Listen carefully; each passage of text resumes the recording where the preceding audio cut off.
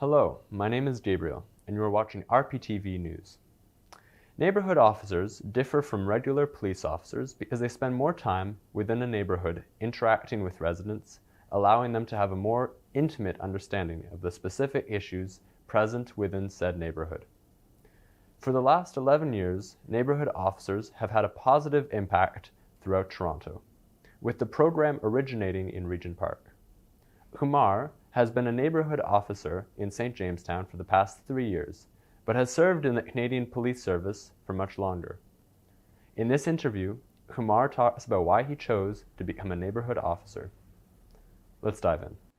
Hello everyone, my name is Police Constable Kumar Shanmuganathan. I've been a neighborhood officer for the last 3 years in St. Jamestown. I had the privilege of working with Constable Farzad. He was amazing. I got to see some of the models that were implemented in Regent Park and which I'm using in St. Jamestown. I've been a police officer for 8 years now. I've been with Toronto Police for 4 years, and prior to that I was working with RCMP in British Columbia. And even prior to that I worked as a correctional officer in Alberta, so I have about approximately 12 years of law enforcement. I had a privilege of working in prior service in RCMP where they didn't have the community policing aspect of it as with Toronto Police here. So and working in PRU, which is a primary response unit, where you attend the 911 calls and you are constantly getting responding to emergency calls, and where you don't have connection with the community. There's a disconnect between the community where we're serving, where we're going there and we're dealing with the emergency situation, and having a hard time following up that human connection. So that's where the neighborhood police officer program comes in, where neighborhood officers, we're in the community, where we're approachable, where we get to spend time, where we get to talk to you and we get to learn about you. It's not so we get to just know the neighborhood, the people that's living in the neighborhood. And it goes back to the rule of, from Sir Robert Peel: the police are the people, and people are the police, like we're in one and all. So it's community policing, goes back all the way, and I think this program brings back that aspect of it. I have a very unique perspective in St. Jamestown for 2 reasons. One, when my wife first initially came to Canada, she was actually lived in St. Jamestown for the first couple of years before they moved out. So she tells me about the time when she was as a child, she went to Rose Avenue Public School or the Winchester Public School, where that's the same neighborhood that I'm serving right now. So, and she told me about the time the children as a child that she got a gift from the Toronto Police, and how that made her feel. And that gives me a perspective about the work that police are doing, and that's one of the aspects that I can personally connect with the St. Jamestown neighborhood. Another aspect of it is I get to meet all these wonderful, great people in St. Jamestown, and I, as a first generation immigrant myself, and there's the number of people that are living in this neighborhood, they are immigrants that are first coming to Canada, and it is a neighborhood that they initially they move here and then they get to learn about Toronto and Canada, and it's the first spot that where they have a interaction with the police officer, and with that comes with a lot of responsibility as a neighborhood officers. They bring a lot of different perspective and their own concept of what policing is, and where I get to meet them and make that change is sometimes some of these perspective are not positive. And so as a neighborhood officers, I get to introduce myself and various different avenues in terms of whether it's back to school campaign where we run or other programs we run in the neighborhood, and to have a positive impact on not just about Toronto Police, but as policing in Canada for these future Canadians. With the neighborhood officer program with 51, our schedule is we work in pairs where we work 7 days on and 7 days off.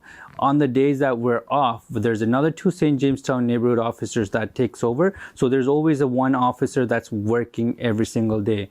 And in terms of when if I'm taking a day off, my partner would be working that day, or if I'm going on vacation, he would be working. So there's always going to be a coverage where there's every single day there's a neighborhood officer that's working in the neighborhood, and we work 11-hour shift every single day for the 7 days that we are there. Having said that, there is some exceptions like court and other events that takes place where we have to leave our division, or sometimes there's an emergency that happens in other divisions or other neighborhood where we have to attend. But our majority, our bulk of the time, we're spending in the neighborhood. How does that look? Especially when the summers, in the summertime, where we're out on the bike 90% of the time, where we're riding through the back alleys in Cabbagetown or in the St. Jamestown, where we're in the market all the time. And sometimes that involves being out on foot in the Wellesley Street Market. So bulk of that time is we spend out on the road.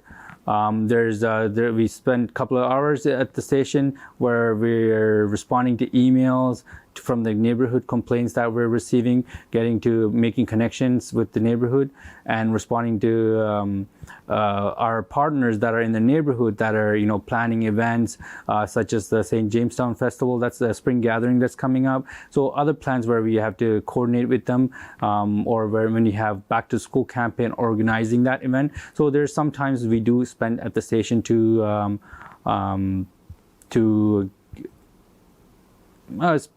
basically put things together for the future of whatever happening in the neighborhood as planning goes. I wouldn't necessarily say, one is better than the other. Like PRU, like Primary Response Unit, or General Duty in RCMP, what we call it, it is the backbone of policing. In terms of, when there's emergency, the community is calling 911, there's somebody that's breaking into my house, or, they're inside my house, you want the police to attend. And there's no doubt that, to say anything negative about that aspect, we need police officers to attend and arrest that individual. But what happens is, once that officer leaves, once the situation thing, there's a lot that happen with the family, because they never get this, the amount of follow-up, or they don't really get to say what happened with the process, or like what happened in the neighborhood. Sometimes it is a chronic issue with this individual where, they broke into this business or this house, and that, there's a aspect where, like, every time you call, you might be dealing with different officers. So that's where the neighborhood officer program is, where the office is embedded into the community, where you are there for 5 years. So you get to see the same officer again. When there's an issue, like such as like break and enter happens, and where you can talk to the officer and be like, hey, this is going on in my neighborhood. There's an ongoing issue. You can put a face to it and saying, Officer Kumar, we're having this issue with break and enter in our neighborhood. Would you be able to do additional patrol during this time? Or this is the individual that's constantly coming and stealing packages.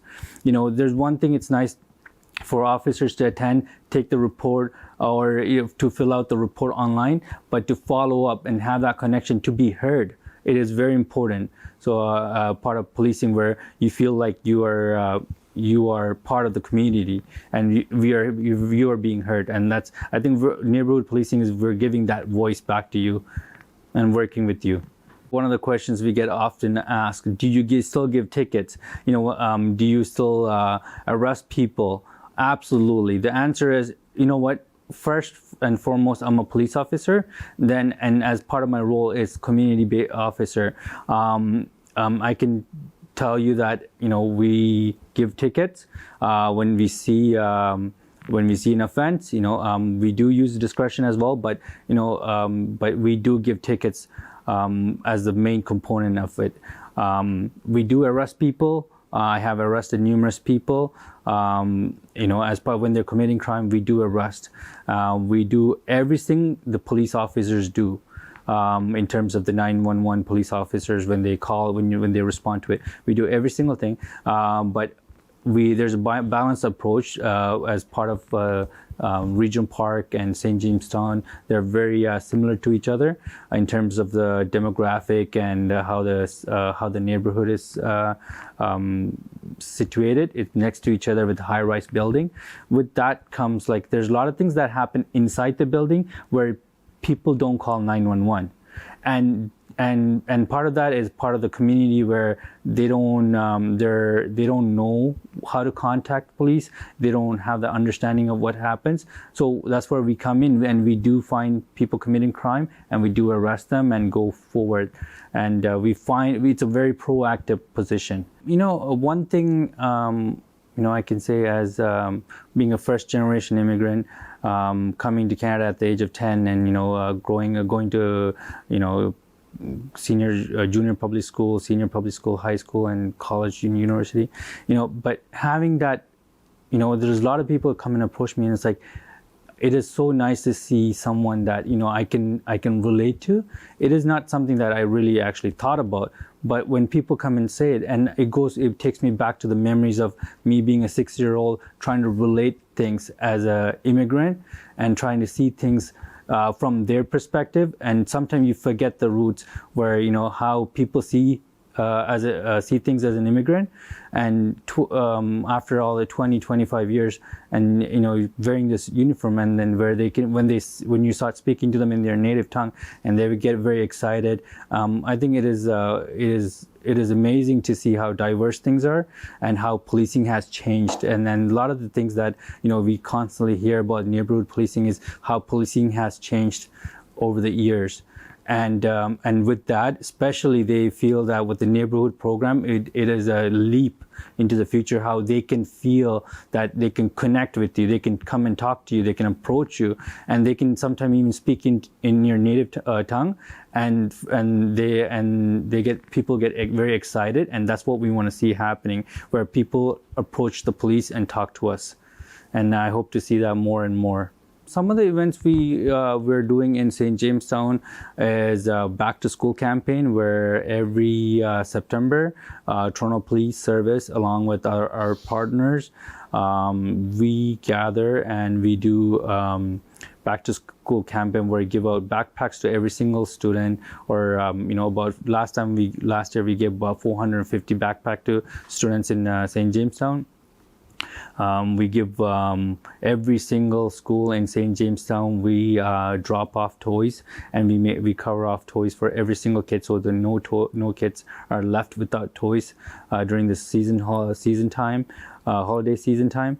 And also we run programs where we do soccer programs where kids can come and play with us during the lunchtime, recess time, and so we want to be able to be accessible to the children, and we want to be able to be seen where in the community.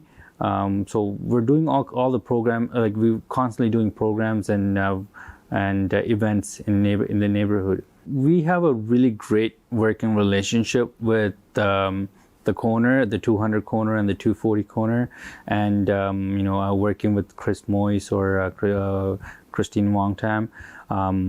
And we work with the Temple, the Wellesley Community Center. So our working relationship, we constantly are talking to them. Any event that's coming up. I was recently invited to the Thai Pongal Festival that happened at the 200 corner. So we're at a point where St. Jamestown, when it started 3 years ago, there's not much communication with the police, and it's fairly new. Community policing was fairly new in St. Jamestown, but right now, we are getting phone calls and we are getting emails saying, hey, there's this event that's coming up, there's this food drive that's coming up, or from the Freedom City that delivers food on every Saturday. So we're being approached, and for various reasons, whether it's donation or help them, pass the message about the events on social media. So we are being approached, and that's what we want to see, and that is a relationship that we didn't have. In fact, last spring gathering with St. Jamestown, the 200 corner, Toronto Police were awarded with given an award for the outstanding work that was done in St. Jamestown. That was never happened before. That was a relationship that we didn't have, and it was amazing to see them coming together as a community and presenting that to the Toronto Police. So that is a huge leap, and I'm hoping that we get to see more and more of that. Thank you so much for watching. Don't forget to like, comment, share, and subscribe to our YouTube channel. Please follow us on all our social medias, and for more information, please visit our website.